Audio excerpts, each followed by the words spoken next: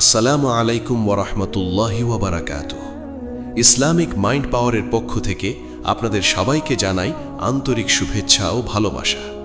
প্রিয় ঈমানদার ভাই ও বোনেরা, আমরা সবাই জান্নাতের আশা করি, আল্লাহর রহমত লাভ করতে চাই এবং জাহান্নামের আগুন থেকে মুক্তি কামনা করি।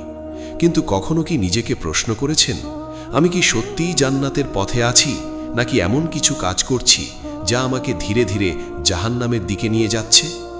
অনেক মানুষ আছে যারা নামাজ পড়ে, রোজা রাখে, দান সদকা করে, কিন্তু কিছু মারাত্মক গুনাহ, কিছু খারাপ অভ্যাস এবং কিছু ধ্বংসাত্মক চরিত্রের কারণে তাদের আমল নষ্ট হয়ে যায়। কুরআন ও হাদিসে এমন কিছু লক্ষণের কথা উল্লেখ করা হয়েছে যেগুলো কোনো মানুষের মধ্যে দেখা গেলে সে ভয়ঙ্কর বিপদের মধ্যে রয়েছে।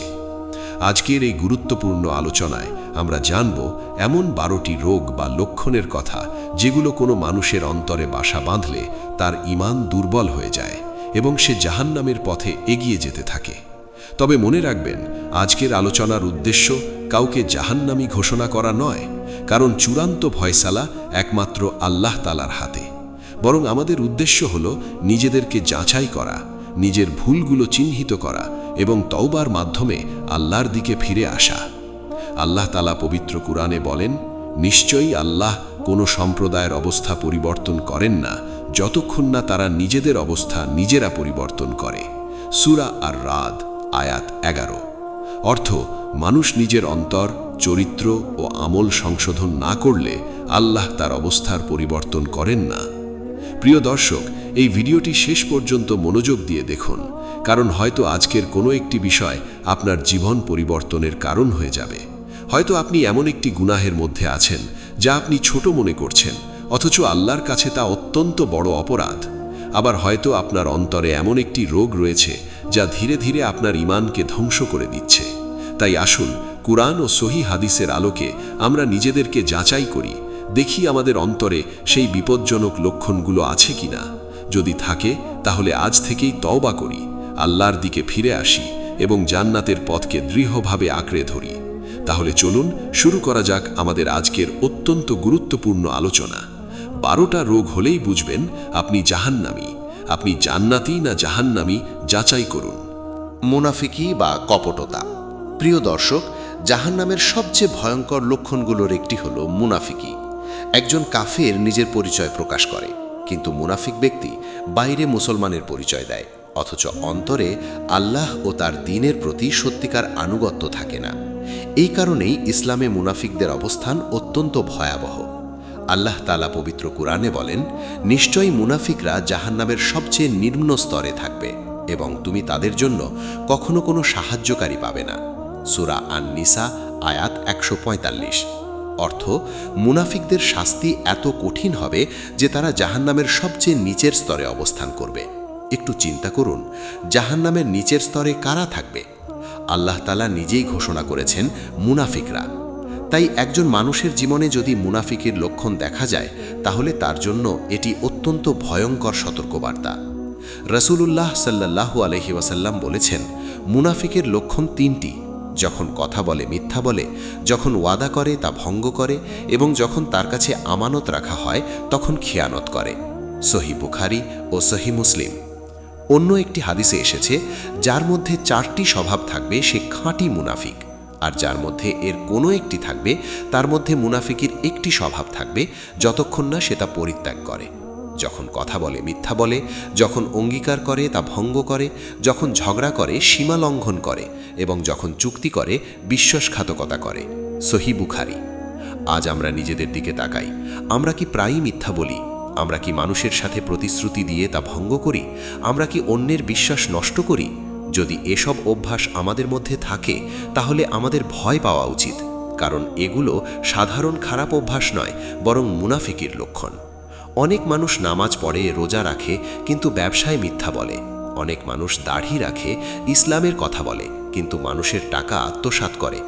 অনেক মানুষ ধর্মীয় পরিচয় বহন করে, কিন্তু গোপনে এমন কাজ করে যা আল্লাহের নাফরমানি। এসব বিষয় মানুষকে ধীরে ধীরে মুনাফিকির দিকে নিয়ে যায়। মনে রাখবেন, মুনাফিকি 2 ধরনের। প্রথমত, বিশ্বাসগত মুনাফিকি, যা মানুষকে ইসলাম থেকে বের করে দেয়। দ্বিতীয়ত, আমলগত মুনাফিকি, যা বড় গুনাহ এবং মানুষের ঈমানকে দুর্বল করে দেয়। তাই আমাদের উচিত প্রতিদিন নিজের অন্তর পরীক্ষা করা। আমি যা বলি তা কি সত্য? আমি যা প্রতিশ্রুতি দিই তা কি পালন করি? আমার আমানতদারিতা কি ঠিক আছে? যদি না হয় তাহলে এখনই তওবা করা দরকার, কারণ আল্লাহ তাআলা তওবাকারীদের ভালোবাসেন।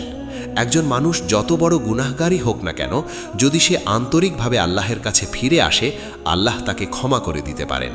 কিন্তু যে ব্যক্তি মুনাফিকির মধ্যে ডুবে থাকে এবং নিজেকে সংশোধন করার চেষ্টা করে না, তার পরিণতি অত্যন্ত ভয়াবহ। তাই আসুন আমরা মুনাফিকের সব লক্ষণ থেকে নিজেদের মুক্ত রাখি, সত্যবাদী হই, আমানতদার হই, প্রতিশ্রুতি রক্ষা করি এবং অন্তর ও বাহ্যিক জীবনের মধ্যে মিল রাখি। কারণ মুনাফিকির রোগ যদি অন্তরে বাসা বাঁধে, তাহলে তা মানুষকে ধীরে ধীরে জাহান্নামের দিকে নিয়ে যায়। 2. নামাজ অবহেলা করা।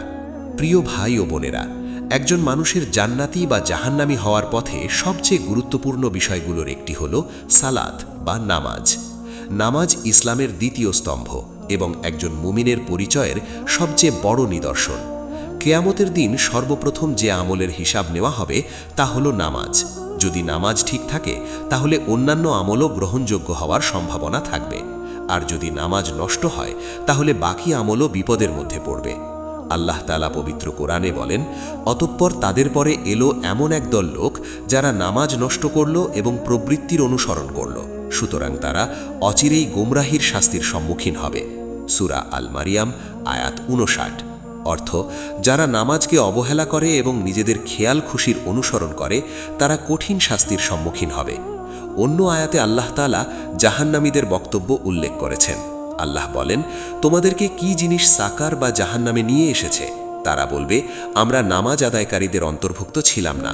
সূরা আল মুদ্দাসির আয়াত 42 থেকে 43। অর্থ, জাহান্নামীরা নিজেরাই স্বীকার করবে যে তাদের ধ্বংসের অন্যতম কারণ ছিল নামাজ না পড়া। রাসূলুল্লাহ সাল্লাল্লাহু আলাইহি ওয়াসাল্লাম বলেছেন, মানুষ ও শিরক কুফরের মধ্যে পার্থক্য হল নামাজ ত্যাগ করা। সহিহ মুসলিম। আরেক হাদিসে তিনি বলেছেন, আমাদের ও তাদের মধ্যে চুক্তি হল নামাজ, যে নামাজ ছেড়ে দিল সে কুফরি করল। সুনান তিরমিজি। প্রিয় দর্শক, আজ আমরা কত অজুহাত দিই। কাজ আছে, ব্যবসা আছে, পড়াশোনা আছে, ঘুম পাচ্ছে, সময় নেই। কিন্তু মৃত্যুর জন্য কি কখনো আমরা ব্যস্ততার অজুহাত দেখাতে পারবো? কবরের প্রশ্নের সময় কি আমরা বলতে পারবো যে আমি খুব ব্যস্ত ছিলাম? না, পারবো না। কারণ আল্লাহ আমাদের দিনে মাত্র 5 ওয়াক্ত নামাজ ফরজ করেছেন, যা মোট সময়ের খুব সামান্য অংশ। অথচ অনেকেই ঘন্টার পর ঘন্টা মোবাইল ব্যবহার করতে পারে, সিনেমা দেখতে পারে, আড্ডা দিতে পারে, কিন্তু 5 মিনিটের নামাজের জন্য সময় বের করতে পারে না। এটি অত্যন্ত ভয়ঙ্কর লক্ষণ।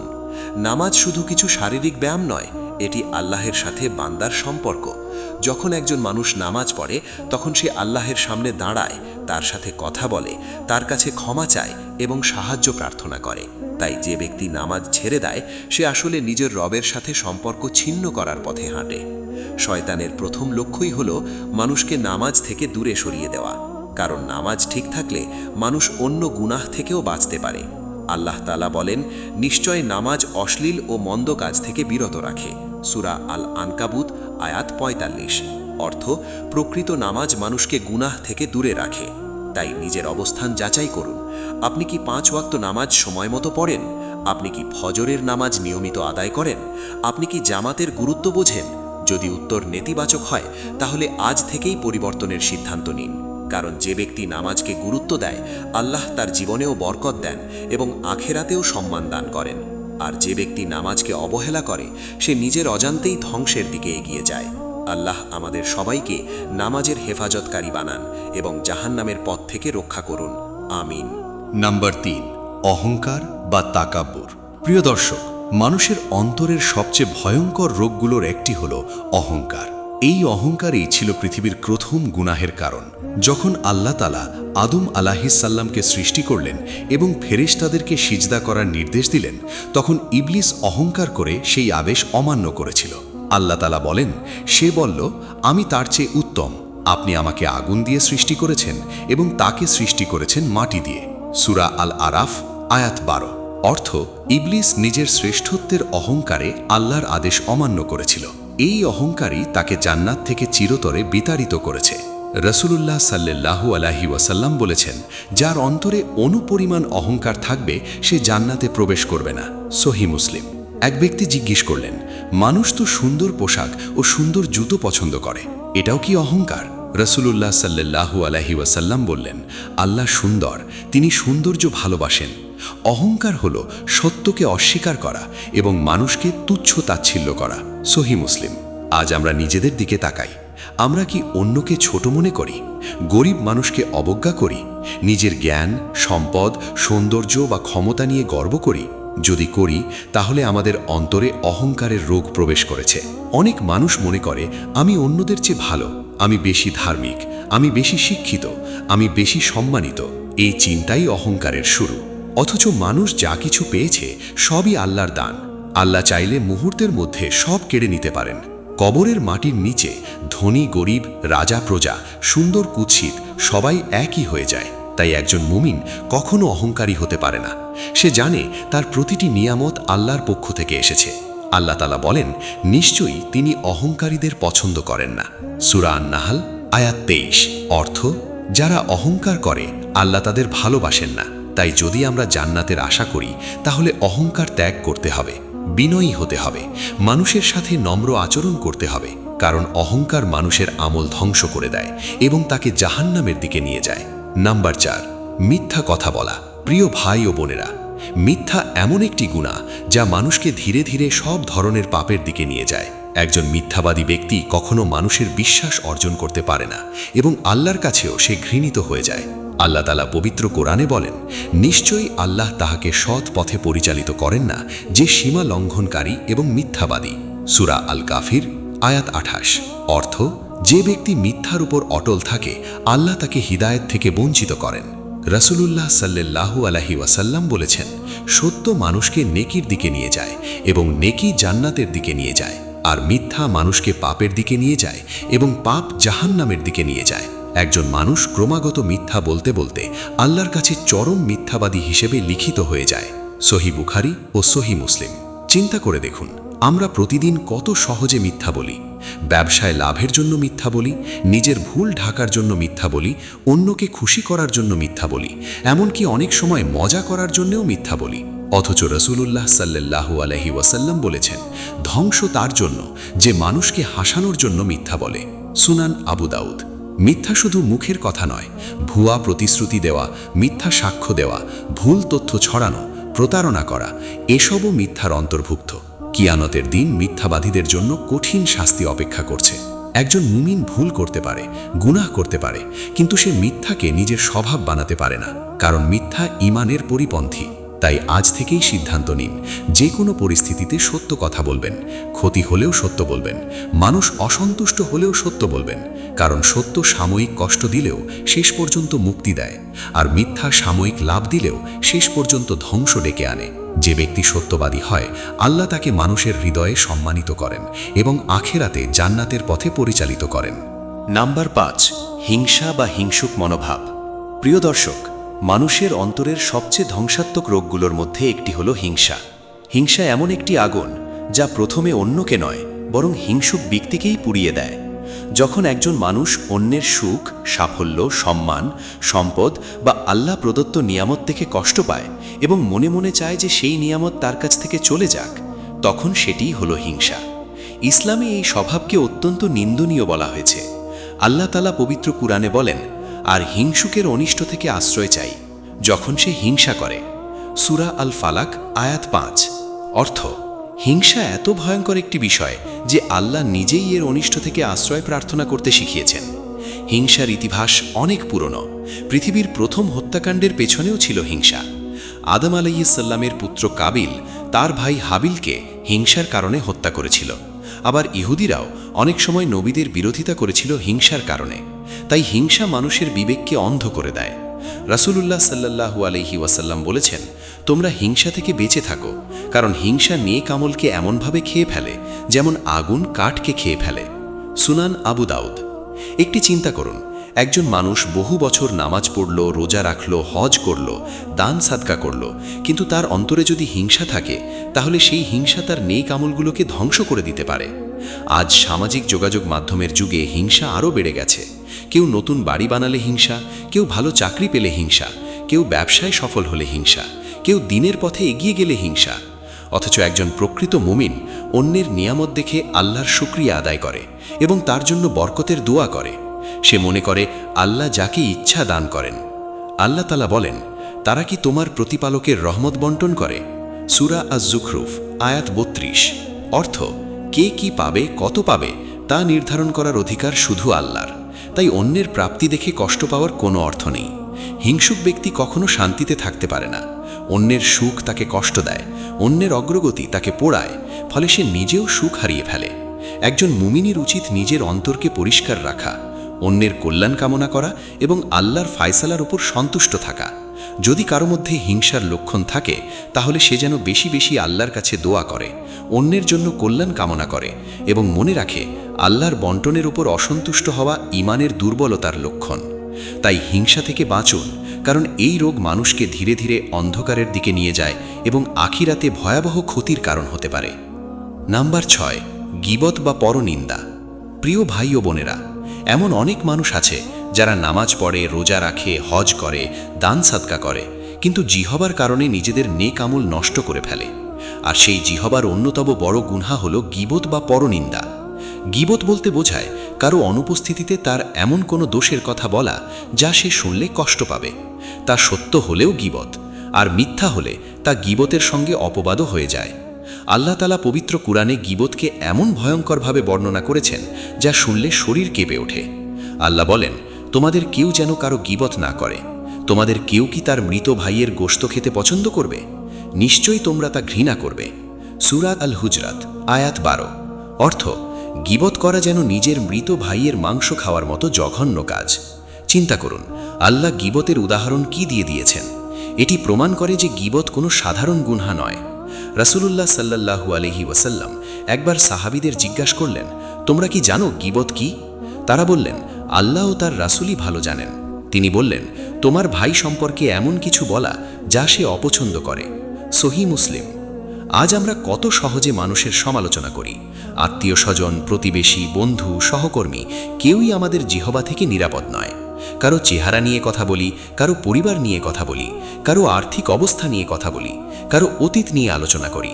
অথচ আমরা বুঝতেই পারি না এগুলো আমাদের আখিরাতকে ধ্বংস করছে।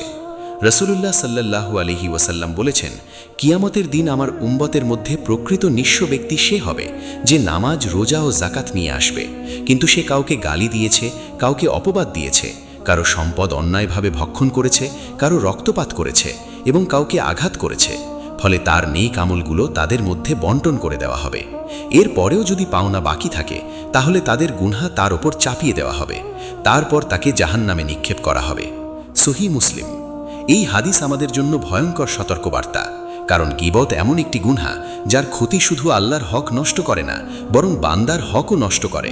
তাই তওবা করলেও অনেক সময় যার গীবত করা হয়েছে তার ক্ষমা প্রয়োজন হয়। একজন মুমিনের উচিত নিজের জিহবাকে নিয়ন্ত্রণ করা, কথা বলার আগে চিন্তা করা, এই কথা আল্লাহকে সন্তুষ্ট করবে নাকি অসন্তুষ্ট করবে। যদি কোনো কথা কল্যাণকর না হয় তাহলে চুপ থাকা উত্তম। রাসূলুল্লাহ সাল্লাল্লাহু আলাইহি ওয়াসাল্লাম বলেছেন, যে ব্যক্তি আল্লাহ ও আখিরাতের প্রতি ঈমান রাখে সে যেন ভালো কথা বলে অথবা নীরব থাকে। সহিহ বুখারী ও সহিহ মুসলিম। তাই আসুন আমরা গীবত, পরনিন্দা, সমালোচনা এবং অপ্রয়োজনীয় কথাবার্তা থেকে নিজেদের রক্ষা করি, কারণ একটি নিয়ন্ত্রণহীন জিহবা মানুষকে এমন জায়গায় পৌঁছে দিতে পারে যেখানে তার বহু বছরের নেক আমলও তাকে রক্ষা করতে পারবে না। নাম্বার ৭, জিনা ও অশ্লীলতার প্রতি আসক্তি। প্রিয় দর্শক, মানুষের ধ্বংসের অন্যতম বড় কারণ হল জিনা এবং অশ্লীলতার প্রতি আকর্ষণ। ইসলাম শুধু জিনাকে হারাম করেনি, বরং জিনার কাছেও যেতে নিষেধ করেছে।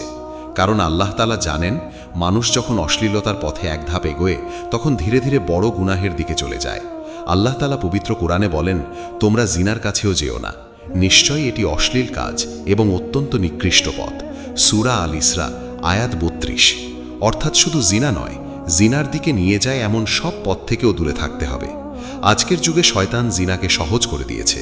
মোবাইল ফোন, ইন্টারনেট, অশ্লীল ভিডিও, অবৈধ সম্পর্ক, বেপর্দা পরিবেশ এবং হারাম বিনোদনের মাধ্যমে মানুষকে ধীরে ধীরে গুনাহের দিকে ঠেলে দিচ্ছে।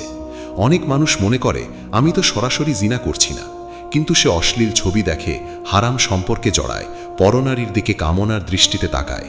অথচ রাসূলুল্লাহ সাল্লাল্লাহু আলাইহি ওয়াসাল্লাম বলেছেন, চোখও জিনা করে, কানও জিনা করে, জিও ভাও জিনা করে এবং লজ্জাস্থান তার সত্য অথবা মিথ্যা প্রমাণ করে। সহিহ মুসলিম। অর্থাৎ জিনার শুরু অনেক সময় চোখ ও মন থেকেই হয়। একজন মানুষ যখন নিজের দৃষ্টি সংযত করে না, তখন শয়তান তার অন্তরে গুনাহের বীজ বপন করে। কিয়ামতের দিন জিনাকারীদের জন্য কঠিন শাস্তির কথা হাদিসে বর্ণিত হয়েছে। রাসূলুল্লাহ সাল্লাল্লাহু আলাইহি ওয়াসাল্লাম মিরাজের রাতে কিছু মানুষকে ভয়াবহ শাস্তি পেতে দেখেছিলেন, যারা দুনিয়ায় অশ্লীলতা ও ব্যভিচারে লিপ্ত ছিল। সহিহ বুখারী। মনে রাখবেন, জিনা শুধু ব্যক্তিকে নয়, পরিবার, সমাজ এবং জাতিকেও ধ্বংস করে। এর মাধ্যমে পরিবার ভেঙে যায়, সন্তানরা ক্ষতিগ্রস্ত হয় এবং সমাজে অশান্তি ছড়িয়ে পড়ে। তাই একজন মুমিনের উচিত নিজের দৃষ্টি হেফাজত করা, হারাম সম্পর্ক থেকে দূরে থাকা, পর্দা মেনে চলা এবং বিয়ের মাধ্যমে নিজের চরিত্রকে নিরাপদ রাখা। যদি কেউ অতীতে এই গুনাহে জড়িয়ে থাকে, তাহলে হতাশ হওয়ার কোনো কারণ নেই। আন্তরিক তওবা করলে আল্লাহ সব গুনাহ ক্ষমা করতে পারেন।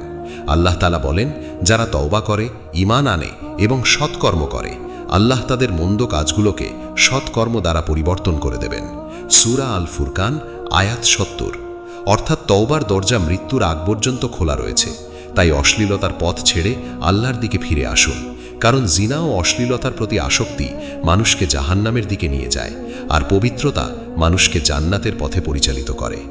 নাম্বার ৮, সুদ খাওয়া ও হারাম সম্পদ ভক্ষণ করা।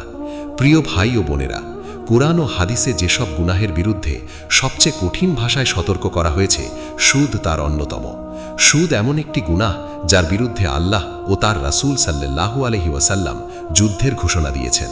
আল্লাহ তাআলা বলেন, হে ঈমানদারগণ, আল্লাহকে ভয় করো এবং সুদের যা বাকি আছে তা ছেড়ে দাও, যদি তোমরা মুমিন হয়ে থাকো। যদি তা না করো, তবে আল্লাহ ও তার রাসূলের পক্ষ থেকে যুদ্ধের ঘোষণা শুনে নাও। সূরা আল বাকারা আয়াত 278-279। অর্থাৎ সুদ এমন ভয়ঙ্কর অপরাধ যে এর বিরুদ্ধে আল্লাহ নিজেই যুদ্ধের ঘোষণা দিয়েছেন। চিন্তা করুন, একজন মানুষ যদি কোনো দেশের বিরুদ্ধে যুদ্ধ করে, তাহলে তার অবস্থা কি হবে? আর যে ব্যক্তি আল্লাহর বিরুদ্ধে যুদ্ধের অবস্থানে দাঁড়ায়, তার পরিণতি কত ভয়াবহ হতে পারে। রাসূলুল্লাহ সাল্লাল্লাহু আলাইহি ওয়াসাল্লাম বলেছেন, আল্লাহ সুদ গ্রহণকারী, সুদ প্রদানকারী, সুদের লেখক এবং এর সাক্ষীদের উপর লানত করেছেন। সহিহ মুসলিম।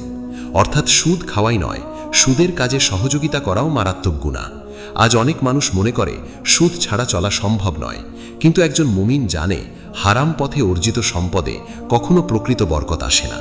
হয়তো বাহ্যিকভাবে সম্পদ বাড়ে, কিন্তু সেই সম্পদে শান্তি থাকে না, পরিবারে অশান্তি দেখা দেয়, দোয়া কবুল হয় না এবং আখিরাতে কঠিন জবাবদিহির সম্মুখীন হতে হয়। শুধু সুদ নয়, ঘুষ, প্রতারণা, চুরি, আত্মসাৎ, জালিয়াতি এবং মানুষের হক নষ্ট করাও হারাম সম্পদের ভক্ষণের অন্তর্ভুক্ত। রাসূলুল্লাহ সাল্লাল্লাহু আলাইহি ওয়াসাল্লাম বলেছেন, যে দেহ হারাম খাদ্যে লালিত পালিত হয়েছে, জাহান্নামের আগুনই তার জন্য অধিক উপযুক্ত। তাবারানী। এই হাদিস আমাদের গভীরভাবে চিন্তা করতে বাধ্য করে, কারণ আমরা আমাদের সন্তানের জন্য হালাল রিজিকের ব্যবস্থা করছি, নাকি হারাম সম্পদের মাধ্যমে তাদের জীবন গড়ে তুলছি। একজন মুমিনের উচিত কম হলেও হালাল উপার্জনে সন্তুষ্ট থাকা, কারণ হালাল অল্প সম্পদেও বরকত থাকে, আর হারাম অনেক সম্পদও শেষ পর্যন্ত ধ্বংস ডেকে আনে। যদি কেউ সুদ বা হারাম উপার্জনের সঙ্গে জড়িত থাকে, তাহলে তার দ্রুত তওবা করা উচিত এবং হালাল পথে ফিরে আসা, কারণ মৃত্যু কখন আসবে কেউ জানে না। কিয়ামতের দিন সম্পদের পরিমাণ নয়, বরং সম্পদ কোথা থেকে অর্জন করা হয়েছে এবং কোথায় ব্যয় করা হয়েছে তার হিসাব দিতে হবে। তাই আসুন আমরা হালাল রিজিকের চেষ্টা করি, হারাম থেকে বেঁচে থাকি এবং আল্লাহর সন্তুষ্টিকে জীবনের সর্বোচ্চ লক্ষ্য বানাই। কারণ সুদ ও হারাম সম্পদের রোগ মানুষকে ধীরে ধীরে জাহান্নামের দিকে নিয়ে যায়, আর হালাল উপার্জন জান্নাতের পথে আলোর মতো কাজ করে। নাম্বার ৯, পিতামাতার অবাধ্যতা। প্রিয় দর্শক, মানুষের জীবনে আল্লাহর পর সবচেয়ে বড় হক যাদের, তারা হলেন পিতামাতা। একজন মানুষ পৃথিবীতে আসার পর সবচেয়ে বেশি কষ্ট করেন তার মা এবং সবচেয়ে বেশি ত্যাগ স্বীকার করেন তার বাবা। তাই ইসলাম পিতামাতার মর্যাদাকে অত্যন্ত উঁচু স্থানে রেখেছে। আল্লাহ তাআলা পবিত্র কোরআনে বলেন, তোমার প্রতিপালক নির্দেশ দিয়েছেন যে তোমরা একমাত্র তারই ইবাদত করবে এবং পিতামাতার সঙ্গে সৎ ব্যবহার করবে। তাদের একজন অথবা উভয়ই যদি তোমার জীবদ্দশায় বার্ধক্যে উপনীত হয় তবে তাদেরকে উফ পর্যন্ত বলো না এবং তাদেরকে ধমক দিও না, বরং তাদের সঙ্গে সম্মানজনক কথা বলো। সূরা আল ইসরা আয়াত 23। অর্থ, পিতামাতার প্রতি সম্মান ও উত্তম আচরণ করা আল্লাহর নির্দেশ। লক্ষ্য করুন, আল্লাহ নিজের ইবাদতের আদেশ দেওয়ার পরপরই পিতামাতার হকের কথা উল্লেখ করেছেন। এটি তাদের মর্যাদার প্রমাণ। রাসূলুল্লাহ সাল্লাল্লাহু আলাইহি ওয়াসাল্লাম বলেছেন, আল্লাহর সন্তুষ্টি পিতার সন্তুষ্টির মধ্যে এবং আল্লাহর অসন্তুষ্টি পিতার অসন্তুষ্টির মধ্যে। সুনান তিরমিজি। অন্য একটি হাদিসে তিনি বলেছেন, সে ধ্বংস হোক, সে ধ্বংস হোক, সে ধ্বংস হোক। সাহাবীগণ জিজ্ঞেস করলেন, কে ধ্বংস হোক হে আল্লাহর রাসূল? তিনি বললেন, যে ব্যক্তি তার পিতামাতা অথবা তাদের একজনকে বার্ধক্যে পেয়েও জান্নাত অর্জন করতে পারল না। সাহি মুসলিম। আজ অনেক মানুষ নামাজ পড়ে, রোজা রাখে, কিন্তু নিজের বাবা মায়ের সঙ্গে খারাপ ব্যবহার করে। কেউ তাদের কথা শুনতে চায় না, কেউ তাদের কষ্ট দেয়, কেউ তাদের ভরণ পোষণে অবহেলা করে, আবার কেউ বৃদ্ধ পিতামাতাকে বোঝা মনে করে। এটি অত্যন্ত ভয়ঙ্কর গুনাহ। রাসূলুল্লাহ সাল্লাল্লাহু আলাইহি ওয়াসাল্লাম বড় বড় কবিরা গুনাহের মধ্যে পিতামাতার অবাধ্যতাকে অন্তর্ভুক্ত করেছেন। সাহি বুখারী। মনে রাখবেন, পিতামাতার দোয়া যেমন মানুষকে সফল করতে পারে, তেমনি তাদের কষ্ট ও অভিশাপ মানুষের জীবনকে অন্ধকার করে দিতে পারে।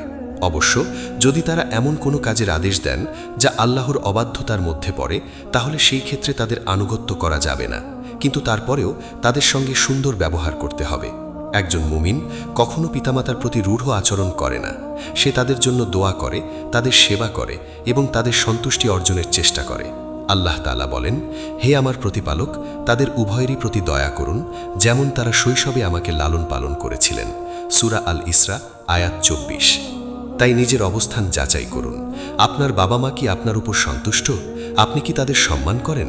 যদি কোনো ভুল করে থাকেন, তাহলে আজই তাদের কাছে ক্ষমা চান, কারণ পিতামাতার অবাধ্যতা এমন একটি গুনাহ যা মানুষকে জাহান্নামের দিকে নিয়ে যেতে পারে এবং জান্নাতের পথকে কঠিন করে দিতে পারে। নাম্বার 10, আল্লাহর রহমত থেকে নিরাশ হয়ে যাওয়া। প্রিয় ভাই ও বোনেরা, শয়তানের সবচেয়ে বড় কৌশলগুলোর একটি হলো মানুষকে আল্লাহর রহমত থেকে নিরাশ করে দেওয়া। অনেক মানুষ গুনাহ করার পর মনে করে, আমার আর ক্ষমা পাওয়ার কোনো সুযোগ নেই, আমি এত পাপ করেছি যে আল্লাহ আমাকে কখনো ক্ষমা করবেন না। এই চিন্তা অত্যন্ত বিপজ্জনক, কারণ এটি মানুষকে তওবা থেকে দূরে সরিয়ে দেয়। আল্লাহ তাআলা পবিত্র কোরআনে বলেন, হে আমার বান্দাগণ, যারা নিজেদের ওপর জুলুম করেছ, তোমরা আল্লাহর রহমত থেকে নিরাশ হও না। নিশ্চয়ই আল্লাহ সব গুনাহ ক্ষমা করে দেন। নিশ্চয়ই তিনি পরম ক্ষমাশীল, পরম দয়ালু। সূরা আজ-জুমার আয়াত 53। অর্থ, মানুষ যত বড় গুনাহই করুক না কেন, যদি সে আন্তরিকভাবে তওবা করে, আল্লাহ তাকে ক্ষমা করতে পারেন। এই আয়াতকে অনেক আলেম কোরআনের সবচেয়ে আশাব্যঞ্জক আয়াত বলেছেন, কারণ এখানে আল্লাহ সরাসরি পাপীদেরকে সম্বোধন করে তার রহমতের আশা দিয়েছেন। শয়তান চায় মানুষ গুনাহ করুক, তারপর সে যেন মনে করে তার আর কোনো আশা নেই, ফলে সে আরও গুনাহে ডুবে যায়। অথচ একজন মুমিন কখনো আল্লাহর রহমত থেকে নিরাশ হয় না। আল্লাহ তাআলা বলেন, নিশ্চয়ই আল্লাহর রহমত থেকে কাফির সম্প্রদায় ছাড়া আর কেউ নিরাশ হয় না। সূরা ইউসুফ আয়াত 87। অর্থ, আল্লাহর রহমত থেকে সম্পূর্ণ নিরাশ হওয়া ঈমানের দুর্বলতা এবং অত্যন্ত বিপজ্জনক অবস্থা। রাসূলুল্লাহ সাল্লাল্লাহু আলাইহি ওয়াসাল্লাম বলেছেন, আল্লাহ তার বান্দার তওবায় সেই ব্যক্তির চেয়েও বেশি আনন্দিত হন যে মরুভূমিতে নিজের হারিয়ে যাওয়া উট ফিরে পায়। সাহি বুখারী ও সাহি মুসলিম। চিন্তা করুন, একজন মানুষ মরুভূমিতে মৃত্যুর মুখোমুখি, তারপর হঠাৎ তার হারিয়ে যাওয়া উট ফিরে পেল। সে যতটা খুশি হবে, আল্লাহ বান্দার তওবায় তার চেয়েও বেশি সন্তুষ্ট হন। তাই অতীতের গুনাহ নিয়ে হতাশ হওয়ার কোনো কারণ নেই, বরং আল্লাহর দিকে ফিরে আসুন, কান্নাকাটি করে ক্ষমা চান, নেক আমল শুরু করুন এবং ভবিষ্যৎকে সুন্দর করার চেষ্টা করুন। তবে মনে রাখতে হবে, আল্লাহর রহমতের আশা করতে গিয়ে গুনাহের উপর স্থায়ী থাকা যাবে না। প্রকৃত আশা হলো তওবার সঙ্গে। একজন মুমিন ভয় ও আশার মধ্যে জীবন যাপন করে। সে আল্লাহর শাস্তিকে ভয় করে, আবার তার রহমতের আশাও রাখে। তাই যদি আপনার জীবনে অনেক গুনাহ থেকেও থাকে, তাহলে হতাশ হবেন না। আজই আল্লাহর দিকে ফিরে আসুন, কারণ আল্লাহর রহমতের দরজা মৃত্যুর আগ পর্যন্ত খোলা রয়েছে। কিন্তু যে ব্যক্তি আল্লাহর রহমত থেকে নিরাশ হয়ে যায় এবং তওবা ছেড়ে দেয়, সে নিজের জন্য ধ্বংসের পথ তৈরি করে। তাই সব সময় আশা রাখুন, তওবা করুন এবং আল্লাহর ক্ষমার উপর ভরসা রাখুন। নাম্বার 11, আল্লাহর জিকির ও কুরআন থেকে মুখ ফিরিয়ে নেওয়া। প্রিয় দর্শক, একজন মানুষের অন্তর জীবিত থাকে আল্লাহর স্মরণ ও কুরআনের মাধ্যমে। যেমন শরীর খাদ্য ছাড়া দুর্বল হয়ে যায়, তেমনি আত্মা আল্লাহর জিকির ও কুরআন ছাড়া দুর্বল হয়ে পড়ে। আজ অনেক মানুষ দুনিয়ার কাজ, ব্যবসা, চাকরি, পড়াশোনা এবং বিনোদনের জন্য সময় বের করতে পারে, কিন্তু কুরআন তিলাওয়াতের জন্য কয়েক মিনিট সময়ও বের করতে পারে না। দিনের পর দিন, মাসের পর মাস কুরআন খোলা হয় না, জিকির করা হয় না, আল্লাহকে স্মরণ করা হয় না। এটি অত্যন্ত ভয়ঙ্কর একটি লক্ষণ। আল্লাহ তাআলা পবিত্র কুরআনে বলেন, আর যে আমার স্মরণ থেকে মুখ ফিরিয়ে নেবে তার জন্যে হবে সংকীর্ণ জীবন, এবং কিয়ামতের দিন আমি তাকে অন্ধ অবস্থায় উঠাবো। সূরা তহা আয়াত ১২৪। অর্থ, যে ব্যক্তি আল্লাহর জিকির ও হিদায়াত থেকে দূরে সরে যায় তার জীবন থেকে প্রকৃত শান্তি ও বরকত চলে যায় এবং আখিরাতে তার জন্য কঠিন শাস্তি অপেক্ষা করে। আজ আমরা দেখি অনেক মানুষের কাছে সব কিছু আছে, অর্থ, বাড়ি, গাড়ি, সম্মান, কিন্তু অন্তরে শান্তি নেই, কারণ প্রকৃত শান্তি কেবল আল্লাহর স্মরণেই রয়েছে। আল্লাহ তাআলা বলেন, জেনে রাখো আল্লাহর জিকিরের মাধ্যমেই অন্তরসমূহ প্রশান্তি লাভ করে। সূরা আর-রাদ আয়াত ২৮। অর্থ, মানুষের হৃদয়ের প্রকৃত প্রশান্তি দুনিয়ার সম্পদে নয়, বরং আল্লাহর স্মরণে। রাসূলুল্লাহ সাল্লাল্লাহু আলাইহি ওয়াসাল্লাম বলেছেন, যে ব্যক্তি তার রবের জিকির করে এবং যে ব্যক্তি জিকির করে না, তাদের উদাহরণ জীবিত ও মৃত ব্যক্তির মতো। সহিহ বুখারী। অর্থাৎ জিকিরহীন অন্তর এক অর্থে মৃত অন্তরের মতো। একজন মুমিন প্রতিদিন কুরআনের সঙ্গে সম্পর্ক রাখে, সে তিলাওয়াত করে, অর্থ বোঝার চেষ্টা করে এবং নিজের জীবনে কুরআনের শিক্ষা বাস্তবায়ন করে, কারণ কুরআন শুধু তিলাওয়াতের জন্য নয়, বরং জীবন পরিচালনার জন্য নাজিল হয়েছে। আজ যদি আমরা নিজেদের যাচাই করি, তাহলে প্রশ্ন করতে হবে, আমি প্রতিদিন কতটুকু কুরআন পড়ি, কতবার আল্লাহকে স্মরণ করি? আমার জিহ্বায় কি সুবহানাল্লাহ, আলহামদুলিল্লাহ, আল্লাহু আকবার এবং আস্তাগফিরুল্লাহ আছে? যদি উত্তর নেতিবাচক হয়, তাহলে আমাদের সতর্ক হওয়া দরকার, কারণ আল্লাহর স্মরণ থেকে দূরে সরে যাওয়া মানুষের অন্তরকে কঠিন করে দেয় এবং তাকে গুনাহের দিকে ঠেলে দেয়।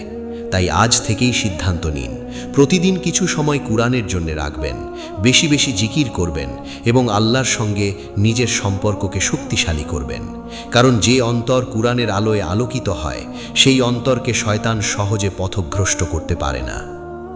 নাম্বার ১২, তওবা ছাড়া গুনাহের উপর অটল থাকা।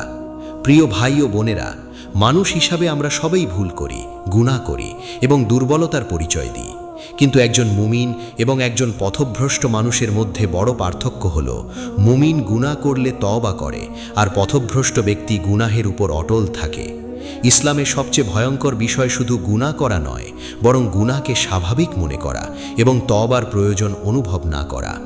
আল্লাহ তাআলা পবিত্র কুরআনে বলেন, তোমরা সবাই আল্লাহর কাছে তওবা করো হে মুমিনগণ, যাতে তোমরা সফল হতে পারো। সূরা আন-নূর আয়াত ৩১। অর্থ, সফলতার পথ হল তওবা এবং আল্লাহর দিকে ফিরে আসা। রাসূলুল্লাহ সাল্লাল্লাহু আলাইহি ওয়াসাল্লাম ছিলেন নিষ্পাপ নবী, তারপরেও তিনি দিনে ৭০ বারের বেশি, অন্য বর্ণনায় ১০০ বার পর্যন্ত আল্লাহর কাছে ইস্তেগফার করতেন। সহিহ বুখারী। তাহলে আমরা যারা প্রতিদিন অসংখ্য ভুল করি, আমাদের কত বেশি তওবা করা উচিত? অনেক মানুষ বলে, এখনো বয়স আছে, পরে তওবা করব। কেউ বলে, একটু আনন্দ করে নি, তারপর দিনের পথে আসব। কেউ আবার বছরের পর বছর একই গুনাহ করে যাচ্ছে, কিন্তু কখনো অনুতপ্ত হচ্ছে না। এটি অত্যন্ত বিপজ্জনক অবস্থা, কারণ কেউ জানে না তার মৃত্যু কখন আসবে। আল্লাহ তাআলা পবিত্র কুরআনে বলেন, কেউ জানে না আগামীকাল সে কি অর্জন করবে এবং কেউ জানে না কোন ভূমিতে তার মৃত্যু হবে। সূরা লুকমান আয়াত ৩৪।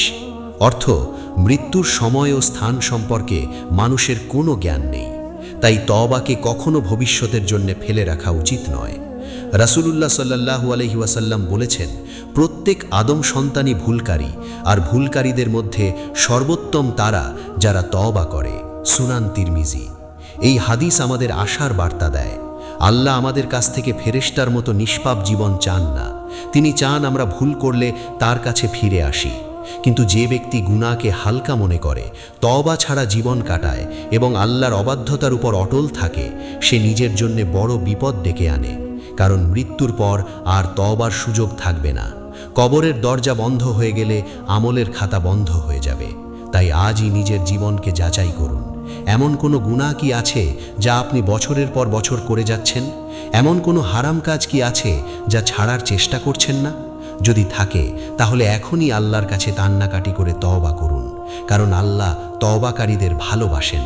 আল্লাহ তাআলা বলেন, নিশ্চয়ই আল্লাহ তওবাকারীদের ভালোবাসেন এবং যারা পবিত্রতা অর্জন করে তাদের ভালোবাসেন। সূরা আল বাকারা আয়াত 222। তাই মনে রাখবেন, গুনাহ মানুষকে জাহান্নামে নিয়ে যায় না যদি সে তওবা করে ফিরে আসে, কিন্তু গুনাহের উপর অটল থাকা এবং তওবা না করা মানুষকে ধ্বংসের দিকে নিয়ে যেতে পারে। আল্লাহ আমাদের সবাইকে আন্তরিক তওবার তৌফিক দান করুন এবং জান্নাতের পথ সহজ করে দিন।